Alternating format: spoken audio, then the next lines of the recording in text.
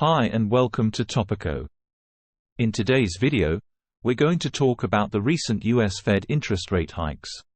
What is it? Why did the Fed increase it? Its impact, and what we as consumers can do during these times. So, what is interest rate hike? An interest rate hike is when the central bank of a country increases the interest rate that it charges commercial banks for loans. This makes it more expensive for banks to borrow money, which in turn makes it more expensive for businesses and consumers to borrow money. The Fed began raising interest rates in March 2022. The first hike was 0.25%, and the second hike was 0.5%. In June 2022, the Fed raised interest rates by 0.75%, the largest hike since 1994. The Fed is expected to continue raising interest rates throughout the year, with some economists predicting that the federal funds rate could reach 3.5% by the end of 2022. So, why did the Feds do it? The Fed is raising interest rates because inflation is rising at a rapid pace. Inflation is a measure of how much prices are rising in an economy. In the United States, inflation is currently at a 40-year high. The Fed wants to raise interest rates to slow down the economy and bring inflation back down to its target of 2%. What are the effects on the U.S. economy?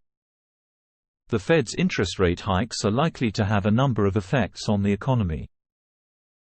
One effect is that it will make it more expensive for consumers and businesses to borrow money, which leads to lower investment, lower spendings, and hence a slower economic growth and increased unemployment. Other effects of interest rate hikes on the U.S. economy may also include higher mortgage rates, which could make it more difficult for people to buy homes or pay for their installments. Worst-case scenario, it may lead to a housing market crash if mortgage rates rise too high, or rather a stock market crash, if investors become too risk-averse and sell off stocks. Other than the US, how does it impact other countries? It is clear that these hikes will have a significant impact on some countries, and the countries that are most likely to be affected are those that are closely linked to the US economy.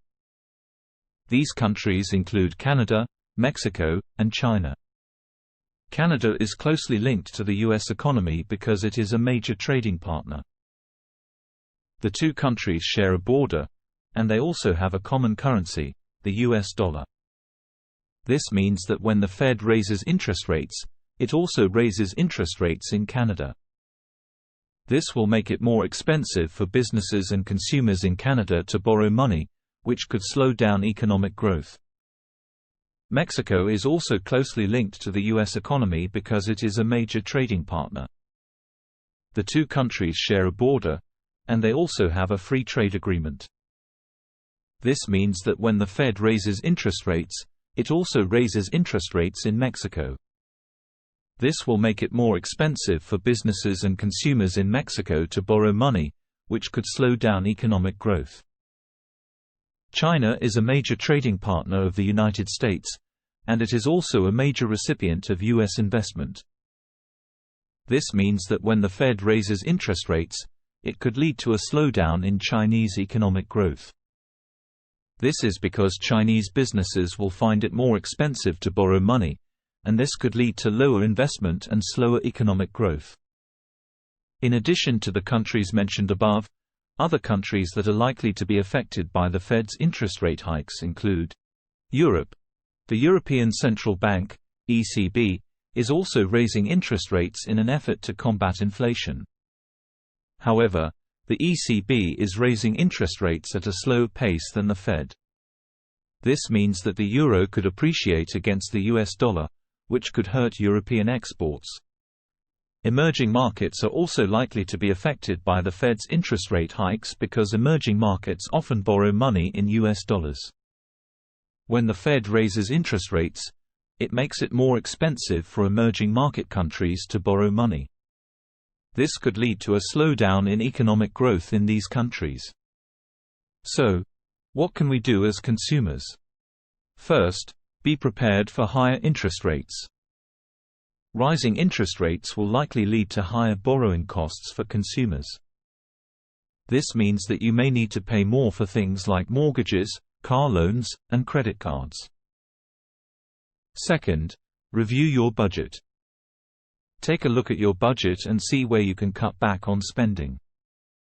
This could mean eating out less, canceling unnecessary subscriptions, or finding cheaper alternatives to your current expenses. Third, build up your emergency fund. An emergency fund is a stash of money that you can use to cover unexpected expenses. This could be anything from a car repair to a medical emergency. Make sure you have enough money in your emergency fund to cover at least 3 to 6 months of living expenses. Fourth, invest for the long term. Even though interest rates are rising, it's still important to invest for the long term. This means investing in assets that have the potential to grow over time, such as stocks and bonds. Fifth, pay down debt. If you have any high-interest debt, such as credit card debt, it's a good idea to focus on paying it down. This will free up more of your income to invest or save for other goals. Sixth, don't panic. It's normal to feel anxious during a time of economic uncertainty. However, it's important to remember that the stock market is cyclical and will eventually recover. If you stay focused on your long-term goals and don't panic, you're more likely to come out ahead in the long run. Nonetheless, the Fed will need to carefully balance the risks and benefits of raising interest rates in order to bring inflation back down to its target without causing a recession or other economic problems. The Fed will continue to monitor the impact of its interest rate hikes and make adjustments as needed. If inflation continues to rise, the Fed may need to raise interest rates even more. However, if inflation starts to fall, the Fed may be able to slow down the pace of its hikes. The future of the Fed's interest rate hikes is uncertain. However, it is clear that they will play a major role in shaping the U.S. economy in the years to come.